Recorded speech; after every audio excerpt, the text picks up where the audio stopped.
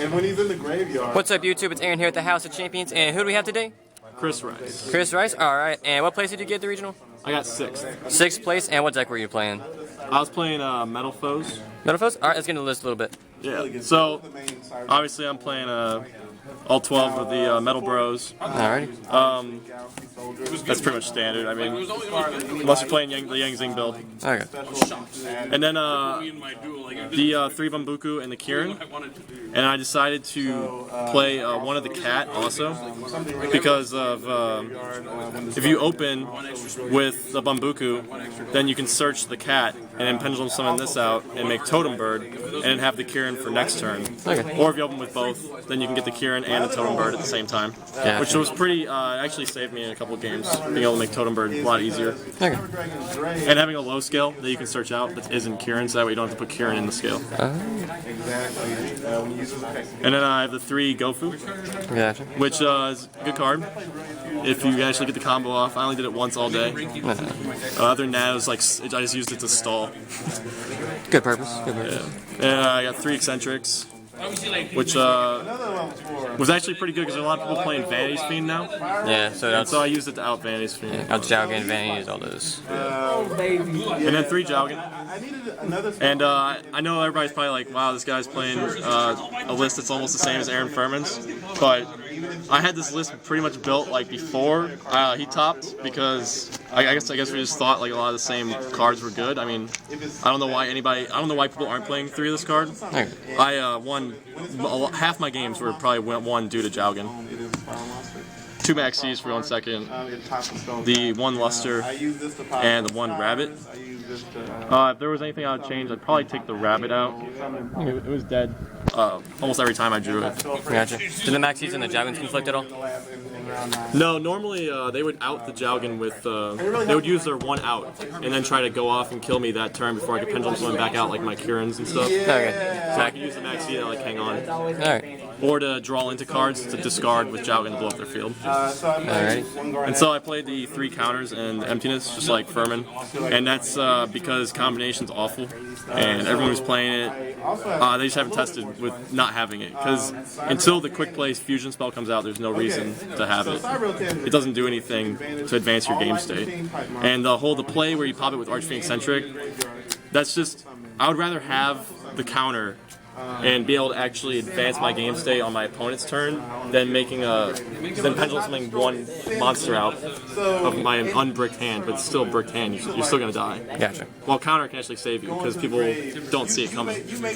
And the 1 fusion, and I played 2 desires. This is because when I was playing, my idea was if I play 2, I'll open 1, and if I play 3, I'll still open 1. Because like.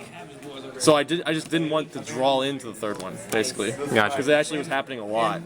I actually drew into the 2nd one 3 times today. Oh wow. Off of the 1. Yeah, it was pretty incredible. 3 painful decision.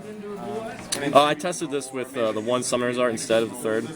But I ended up just going back to this because the chances of opening with 2 of this in your opening hand are lower than like the chance of you having this to unbrick yourself. While Summoner's Art, like if I have a high scale and I have Summoner's Art, then now I have 2 high scales. I'm still bricked. You know? Gotcha. And I teched in 1 Cyclone because I thought there'd be a lot of PKBA today, and this is just a really good card against Fogblade. Gotcha. You like that over MST? Yeah, MST. The only interaction where MST was like useful was in popping your own combination. I feel like Cyclone's the superior card, and it's just the fact that most people aren't playing it yet because they don't have access to it. Like once people have access to this card, I think it's gonna completely replace MST. Because there was no time where I would have rather had MST. Alright, so extra deck? Yeah. So extra deck. And then mirror tag, and then search, and the 2 Aura Hawks, which is pretty much standard. And then the 1 Adamantine and the 1 Crimsonite, which a lot of people aren't playing this. A lot of people are playing 2 of the Adamantium, or just these 3 and no 4th target. But I found I actually won a couple games because of this, where I would fuse with Maxis or Gofus out of my hand that were dead and they weren't going to get onto the field anyways. and I could just use that to punch for game. Okay. And there's also there's combos where you use the fusion twice in one turn to bring out Aura Hulk and Crimson Knight, and like piercing with the 3K normally at least gets you game. Yeah. And I had Zulkin, of course, for the Gofu combo. And for my Zulkin targets, I played Void Ogre, Crystal Wing, Spark, Ignister, and Black Rose. I mean, it's also a target, but I mainly played this. If you open with the level 2 guy and Gofu, and your opponent has a bunch of back row and they're set up, or it's a pendulum deck and they have their scales and everything, gotcha. then you just make this and blow up the field. Alright. I only made this. I pulled the combo off twice today, and I made this both times. But the second time I did it, they had Dark Hole. Oh, okay. And so it didn't do anything. I made Spark and Ignister the most. Alright. Just like hard making it with Gofu. Yeah, normally with Bambuku or Archfiend Eccentric. Yeah. And then the Void Ogre was really good in testing, but during the actual today playing, I only pulled it off like one time. I always was stuck with like an Archfiend Eccentric in my hand, Okay. so I couldn't get it out to do anything, to be able to use this effect. Fair enough. And then for my rank 3s, I played Totem and Breaksword. Alright. And they both were good. I probably summoned them both about the same number of times. I talked to a few other people that were playing Metalfoes today that also did pretty well, and they weren't playing Totem Bird.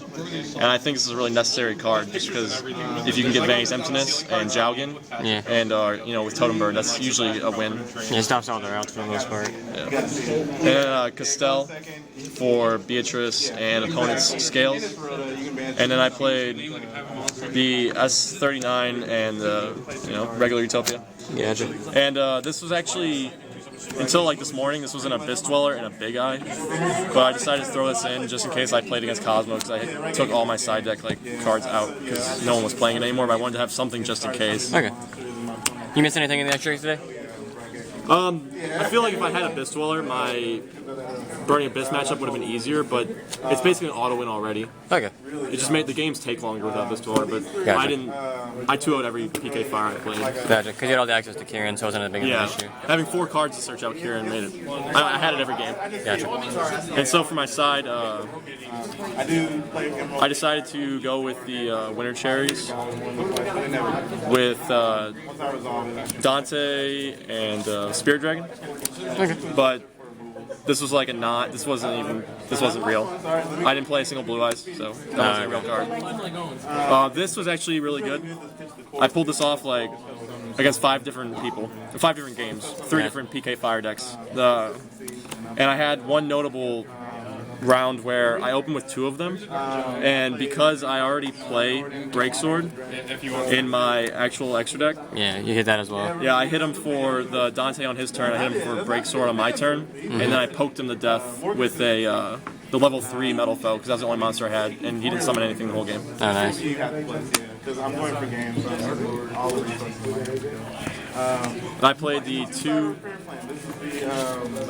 Sticky String Kaijus, and even though I didn't play against Blue Eyes, I played against the Herald deck. Yeah, it's an instant out. And this was instant out. Yeah, I drew it to his Herald Perfection. Outed it. It worked. And I played 2 Ghost Ogre and 1 Typhoon. Okay. And these go together basically because they're mostly for the mirror match, other pendulum decks.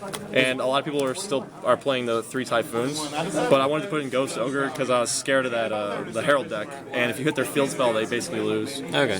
And I actually came up, the guy, our game 3, he went first, and I opened with both of my Ghost Ogres. And I hit his field spell on his turn 1, and then on his turn 2, he drew Terraforming, and I hit his field spell again. And Yeah. I decided 1 random Spell Shattering Arrow, just in case I played against DDDs, because I was losing that deck a lot at my locals. And I played a Solemn Warning for if I go first in Pendulum Mirror Match, which is good. It's better than Vanity's Emptiness, I think, because a lot of the Pendulum decks, they can play around Emptiness really easily, and they can lock you out, end up locking yourself out. And then I played 2 Twin Twisters for back row, and the Regeki for Blue Eyes. But I also ended up siding in against a lot of PK Fire decks because they were all siding into Vanity's Fiend today. Yeah, I had the same experience. Alright. Any shoutouts you want to give? Give a shout out to Daniel. He's over there doing deck profile. We rode in the car together. I drove. He managed to top the Cyber Dragons. It's pretty interesting. Fair enough. And then shout out to Josh Schaefer. He's a guy from St. Louis, Yeti Gaming. That's the locals in St. Louis that we all play at. Nice. And he gave me some advice on the deck before I came here today. Told me to play Winter Cherries. Fair enough. All right, congrats on the top, man, and we'll see you at the next regional. Yep.